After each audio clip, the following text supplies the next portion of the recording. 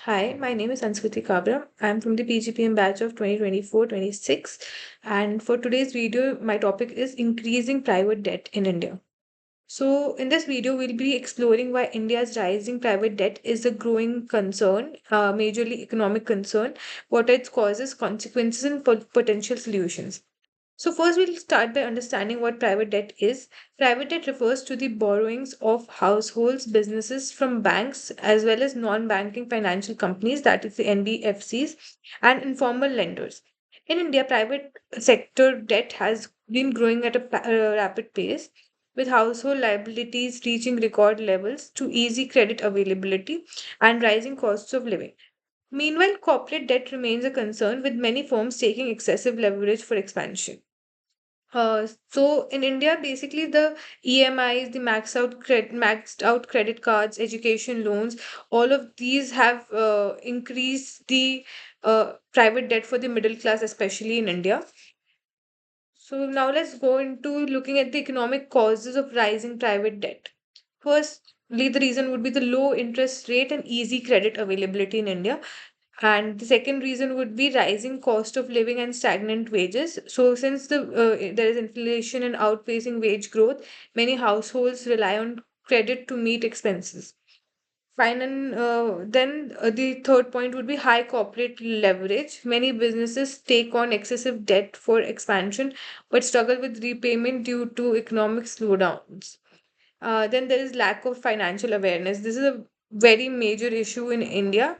There is poor financial literacy results in overborrowing and unsustainable debt levels.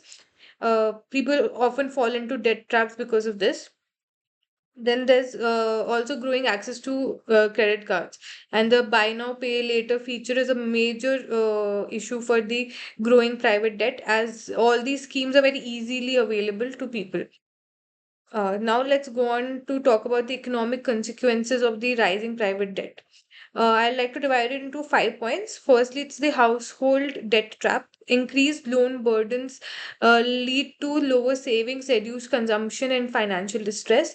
Secondly, the corporate defaults. Over leveraged companies struggle with repayments, leading to bankruptcy and job losses. Thirdly, banking sector risks.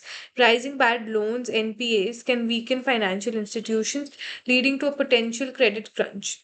Slower economic growth. With more income going towards debt repayment, the economic growth of a country slow down, which leads to consumer spending decline and impacting GDP growth.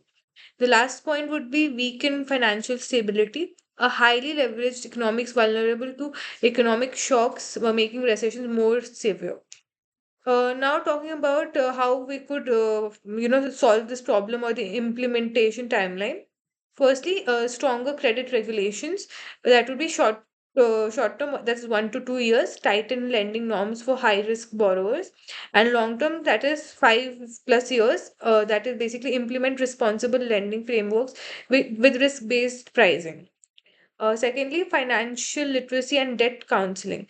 This is a major point of improvement that would be to increase the financial literacy in the country.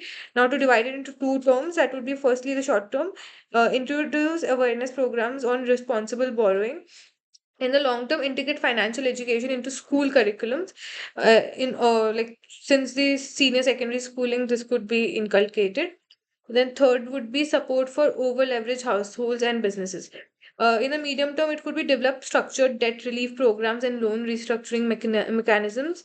In the long term, that is basically more than 10 years, encourage alternative financing methods like equity financing over debt reliance.